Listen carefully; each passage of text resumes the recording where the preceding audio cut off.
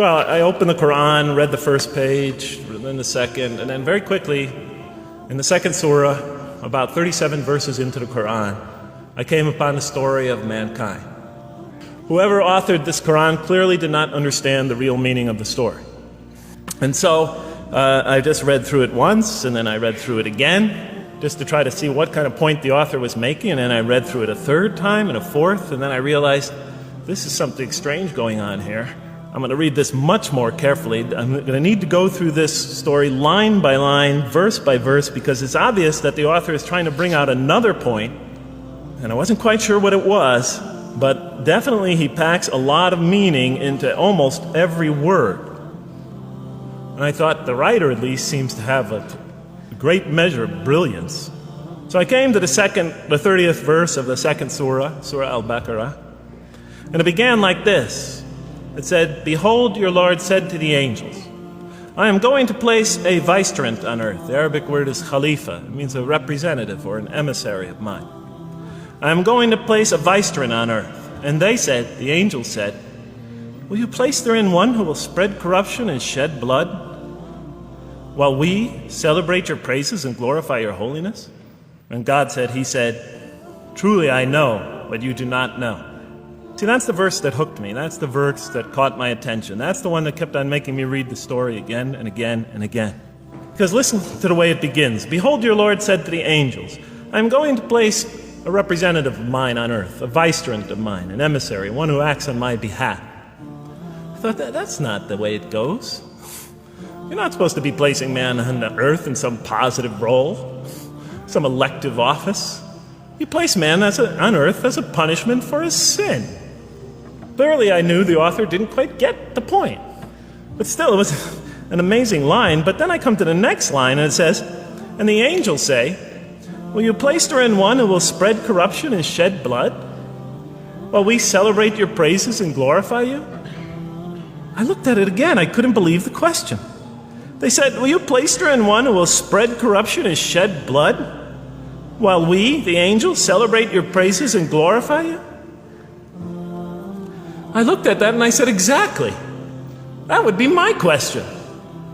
Why would you create this being, supposedly for some positive role, when he's capable of doing tremendous wrongdoing? When he could spread corruption and shed much blood? Why would you create this violent and pernicious creature when you could create angels? As the angels clearly say, while we, the angels, celebrate your praises and glorify you. They're asking one of the most fundamental questions in the entire history of religion. Why create you, man, this utterly fallible creature, this creature who could rebel against God's will, who could do such tremendous wrongdoing, who could wreak havoc like no other creature on earth, when you can make them angels? I looked at that question and said, that's my question. I'm not even a single verse into the story of mankind, and there before me I see my question. That whole question, everything that I ever thought, everything that I ever experienced, everything that I ever knew was in that question. It was as if the author took my life and wanted to pick out exactly the right question to humiliate me, to provoke me, to anger me. Why create man, this most destructive and violent creature, when you could make them angels? And then look at the answer. And he said, God said, "Truly I know what you do not know." You know, in modern parlance, we would say, I know exactly what I'm doing. I read that and said, what? You know what you do not know? You know exactly what you're doing? Well, please inform me. Tell me what you're doing. Because, you know, I'm 28 years old and I haven't figured out it yet. And I have a lot of issues that I'm still dealing with that's connected to this question. You can't just get off that easy. You can't just tell me you know exactly what you're doing. Not after what I've been through. Not after you made me this way. And then I realized, of course, I was arguing with a God I didn't even believe in. So we turn to the next verse. Well, it turns out that the Quran just doesn't dismiss the question. It starts to answer it a little bit. And in the next verse it says, "And he taught Adam," God taught Adam, "the names of all things. And then he placed them before the angels and said, Tell me their names if you are right. And he taught Adam the names of all things. So here we see Adam is not only just a creature who knows how to name things, who's acquiring the gift of language, but he's also a learning creature. God is teaching him.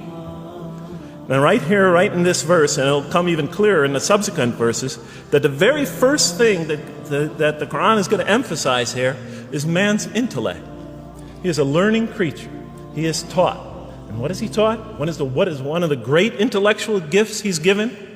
In response to the angel's question, the gift of language. And so I'll see later in the Quran, when the Quran will emphasize this again and again and again. Like in one verse it says, read in the name of your Lord who created a man out of a tiny creature that clings.